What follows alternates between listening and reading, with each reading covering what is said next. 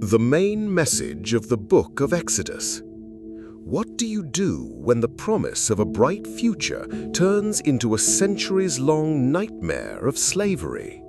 Imagine your family was invited to a country as honored guests, but today, 400 generations later, they are treated like disposable property under the scorching sun. The book of Exodus is the immediate continuation of the story in Genesis, and it is here that God's great promise to Abraham to bless all nations through his family clashes head-on with the brutal reality of human power. In this video, we will explore how this book is not just about a great prison break, but about who God really is and what it means to live in his presence. The setting, a blessing under attack. The story begins by reminding us of the end of Genesis. Jacob and his sons settled in Egypt thanks to Joseph, who saved the region from famine. But time passes. 400 years go by. The Israelites, just as God intended for humanity in Eden, are fruitful and multiply, filling the earth. This should be good news, right?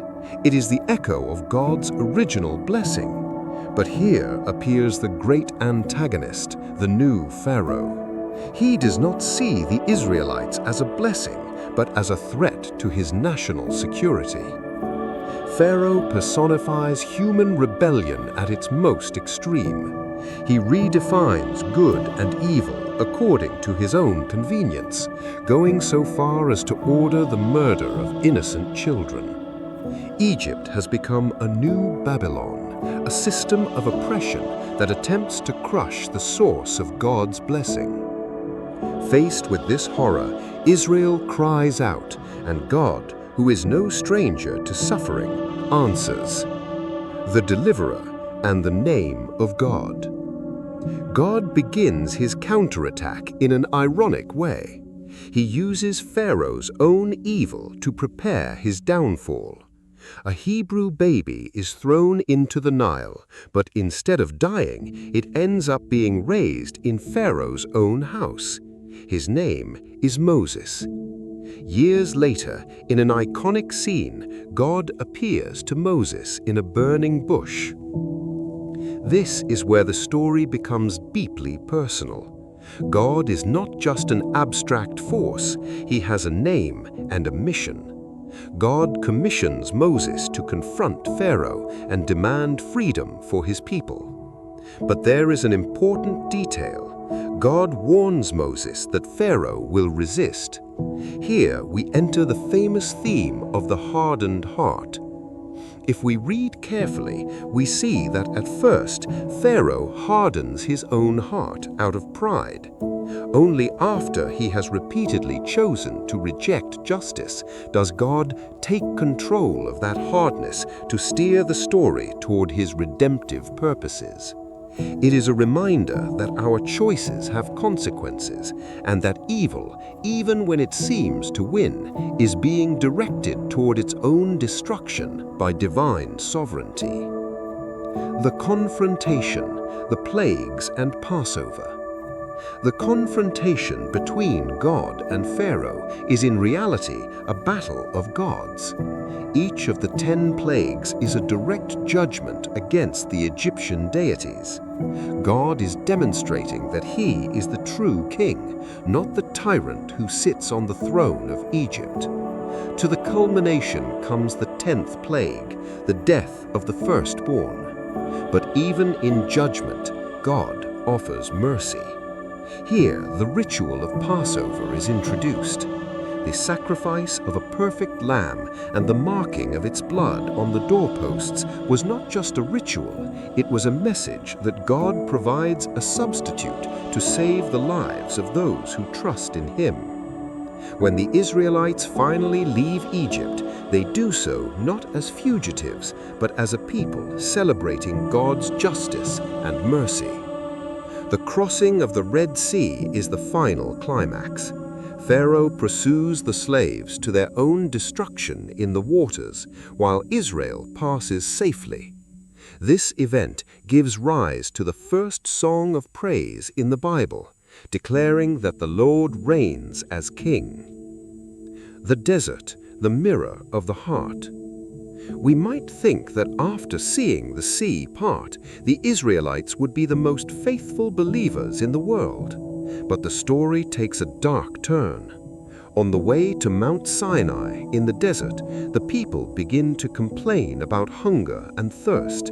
They even say they miss the good old days of slavery in Egypt. This raises an uncomfortable question. Is it possible that the Israelites' hearts are as hard as Pharaoh's? God responds to their complaint with grace, giving them water and bread from heaven, but the tension remains. Getting Israel out of Egypt was easy. Removing Egypt from the hearts of Israel will be much more difficult. Sinai, a covenant and a purpose. The second half of the book takes place at the foot of Mount Sinai. Here, God not only wants to be their liberator, but He also wants to enter into a formal relationship with them, a covenant. God calls Israel to be a kingdom of priests. This means that they must live in such a distinct way, following the commandments, the Torah, that the rest of the nations can look at Israel and understand what the true God is like. It is not about arbitrary rules, but an invitation to reflect God's character, His justice, His holiness, and His love. The tabernacle, heaven on earth. The book of Exodus ends with detailed instructions about the tabernacle. Sometimes these pages seem tedious, but their message is powerful. The tabernacle is like a portable Eden. It is the place where God's divine presence will dwell in the midst of His people. God wants to live with them despite their tendency to rebel.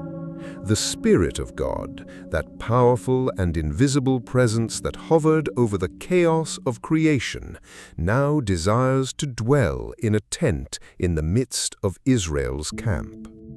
Conclusion: the God who seeks us. The main message of Exodus is that God is a king who confronts evil to redeem the enslaved.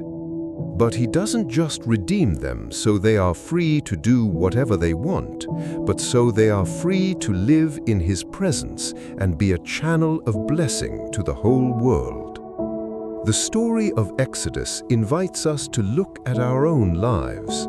Often, like Pharaoh, we try to define good and evil on our own, or like the Israelites, we doubt God's goodness in our personal desert.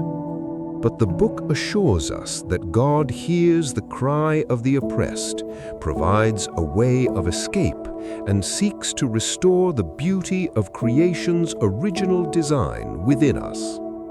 Are you willing to trust in the wisdom of this God, even when the journey through the desert seems long? We invite you to delve deeper into these stories. Subscribe to our channel, download our free study guides, and join our community to continue exploring how the Bible is a unified story that leads us to the hope of a new creation. Thank you for being part of this journey with us. Visit us on this channel. Blessings on this day.